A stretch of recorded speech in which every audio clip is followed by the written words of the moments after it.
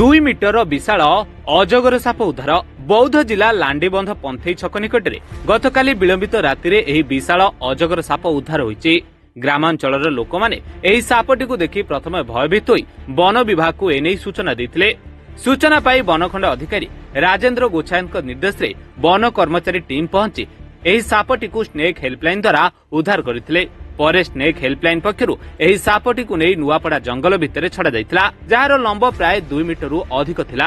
ଅନ୍ୟପଟେ ବନ ବିଭାଗ ଅଧିକାରୀମାନେ ଲୋକଙ୍କୁ ଅନୁରୋଧ କରିଛନ୍ତି କି ସାପ ଦେଖିଲେ ଭୟଭୀତ ହେବେ ନାହିଁ, ବରଂ ଏନେଇ ବନ ବିଭାଗକୁ ତୁରନ୍ତ ସୂଚନା ଦେବେ।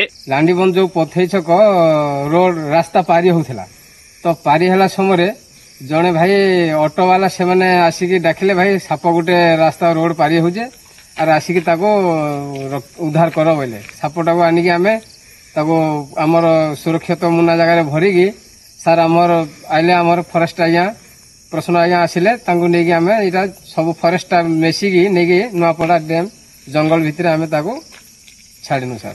সেটা বঘিয়াপড়া জনকর ঘর গোটে জনকর সাপ ধরা হয়েছিল স্যার। এবে সন্ধ্যা টাইমরে ন এটা স্যার।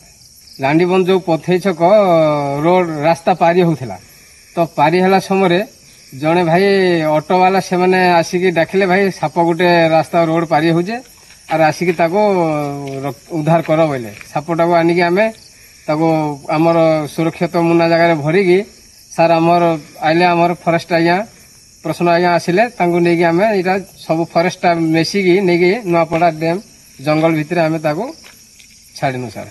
ସେଟା ବଘିଆପଡ଼ା ଜଣକର ଘରୁ ଗୋଟେ ଜଣକର ସାପ ଧରା ହେଇଥିଲା ସାର୍। ଏବେ ସନ୍ଧ୍ୟା ଟାଇମରେ ন ଏଇଟା ସାର୍। ବୌଦ୍ଧରୁ ଅକ୍ଷୟ ମହାକୁଣଙ୍କ ରିପୋର୍ଟ ଟୁଡେ।